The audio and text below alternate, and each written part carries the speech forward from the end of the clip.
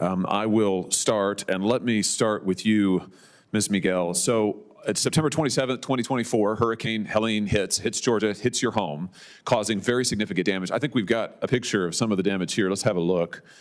Does this look pretty familiar to you? It does. It looks pretty severe. I mean, that's a massive tree right there in the front part of your home, and you're an Allstate policyholder. Is that correct? Correct. And Allstate sends out an adjuster. You said pretty quickly just a moment ago. Is that about correct? 3 weeks after. Oh well, that's not very quick. Okay, 3 weeks after. All right, and that you were told at the time in this first inspection verbally that the adjuster agreed with you. This was very severe damage. Is that fair to say? Correct. I think we maybe have a second picture. Let's look at another view of this just to give a real impression. Here's a breezeway that looks to be nearly completely destroyed. You can see some of that roof damage, quite extensive, that you were talking about in your testimony. All of this looks familiar to you, I'm sure. Yes. Now, after this first adjuster agrees with you that, yes, there's very significant damage, what did Allstate, when they finally came back with an actual assessment, a real number, what was that number again? What if your home was destroyed by a hurricane and your insurance company refused to pay what you were owed? Today, we take you inside a real Senate hearing where victims and whistleblowers expose what they claim is a widespread scheme by Allstate Insurance to deny fair compensation.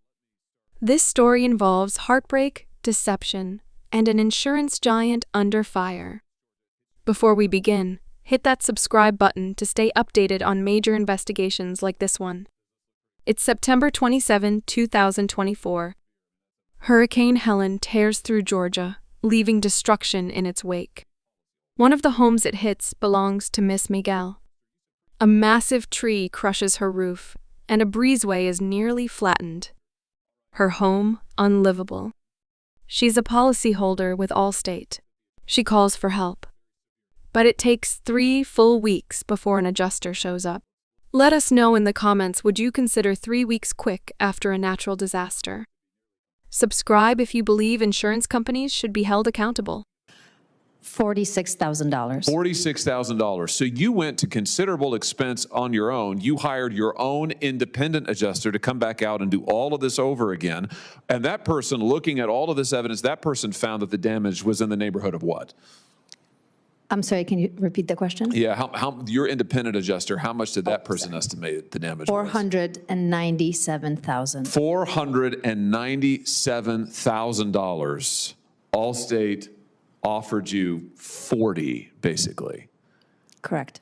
And you're still waiting for this process to be resolved all this time later. Is that right? That's right. Let me just ask you now, Mr. Schroeder, because you were that first adjuster who worked for Allstate who came out to look at this home. You were a field adjuster deployed for Allstate through pilot catastrophe. Is that correct?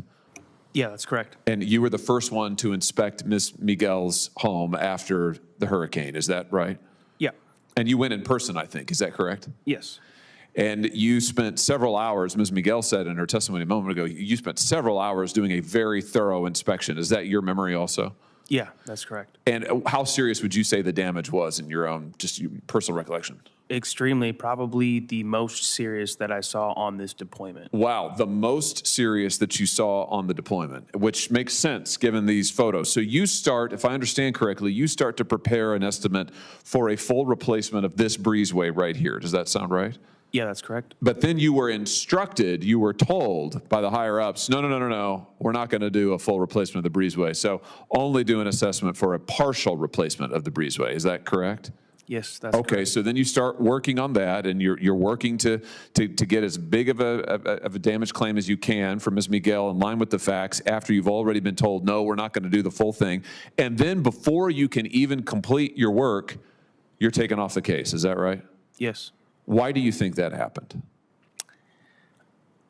I was told it was due to time I was taking too long, but I don't believe that is the case. I think that Allstate saw from this and my recently prior estimates of being very thorough and complete and going back and forth with reviewers on coverage, that it was going to be a higher estimate, and it would be more cost effective to reassign it to an adjuster that would listen better. Yeah, an adjuster who would lowball the policyholder, really. I mean, that's what we're talking about. You're removed from the case. They took 3 weeks to send you out to begin with, and then all of a sudden, boom, you're removed once it looks like you're actually going to do some justice for Ms. Miguel. Let me just ask you more broadly, Mr. Schroeder, have you ever been told to change estimates to reduce payouts? Yeah, frequently. And when you've pushed back on this, if you've ever said no, what happens then? If you're shocked by that, hit the subscribe button right now.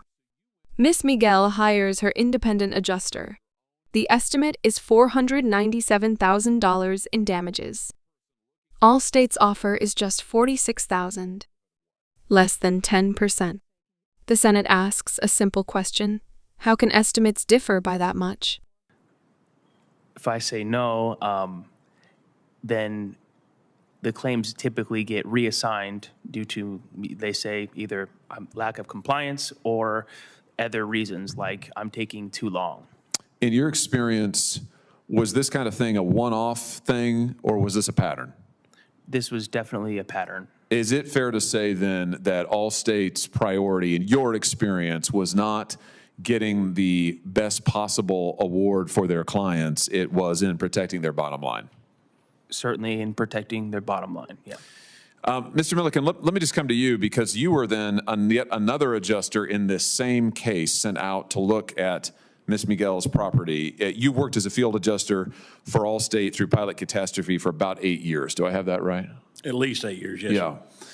In that time, you have personally inspected hundreds of properties damaged after storms and disasters. Is that fair to say? Thousands. Thousands.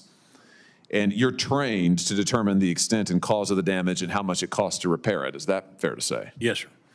All right. So let me just ask you about Ms. Miguel's claim. You were assigned to re-inspect her home. Is that right? Yes, sir. And you testified earlier that you went about that diligently. You could see that there was very extensive damage. That was your initial impression. Is that fair to say? Yes, sir. And you reviewed all of the reports. There was an engineer's report by this time. There was the public adjuster's report. You reviewed all of those things diligently. Is that fair to say? Yes, sir. When you submitted your report to Allstate recommending several $100,000 worth of payments to Ms. Miguel and her husband, what happened then?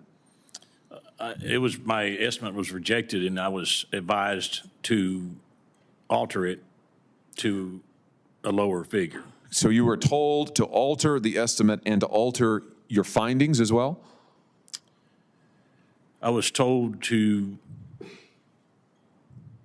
alter my estimate. I don't know that the findings was told to be altered. Were the alterations that you were told to make, were those consistent with your own review of the property and your own assessment of the damage? No, sir. Did you write that up in a detailed estimate, what you were told to do? I did, yes, sir. And Allstate then, they send that estimate ultimately to the property owner, is that correct? I'm obligated to send the estimate to the policyholder. And is there any record anywhere the policyholder would ever know that your initial findings, your recommendations were rejected and somebody told you to come in and alter them? No, sir. Let me just ask you more broadly. Have you ever been told in other cases with Allstate to alter or delete your findings? Absolutely. In fact, you testified just a second ago, I think, that you were frequently asked to alter factual findings, delete material, and sometimes include items that were false. Did I hear you correctly when you said that? Yes, sir. In the overwhelming majority of cases where you were asked to do something like this, did that cause the estimate to the policyholder to go up or to go down? To go down. What is your assessment of what Allstate's ultimate goal here is? Is it to pay out the policy according to the terms of the policy to the best extent they can, or is it to protect their bottom line and to use you and your report as necessary to meet that end, to make sure they make as much money as possible? 100% to use me to enable them to make as much money as possible. And you would say that this is a pattern. This isn't just something that happened one time like in Ms. Miguel's case. You've been doing this for a long time, and you've observed this to be a pattern with Allstate and in the industry. I have, yes, sir. Miss Miguel is still waiting for justice, months later. And she's not alone. Smash that subscribe button if you think families deserve better after losing everything. Mr. Milikin, another Allstate adjuster, testifies next. With over 8 years of experience and thousands of inspections, he confirms the pattern. He submitted an honest estimate, only to be told to lower it. He was frequently asked to alter or delete findings, even to include false information. Did these changes help homeowners not? He says, nearly every change lowered the payout. Let us know what you think in the comments. Is this fraud? And don't forget to subscribe for more explosive whistleblower coverage. The big question, what's Allstate's goal? According to these insiders, it's not about helping customers. It's about protecting profits. Adjusters who try to do the right thing get removed. Honest assessments get rejected. One adjuster put it plainly, I was used to enable them to make as much money as possible. This isn't a one-off. It's a pattern, and it's still happening. If you believe in exposing the truth, click that subscribe button now. Insurance is supposed to protect us in times of crisis.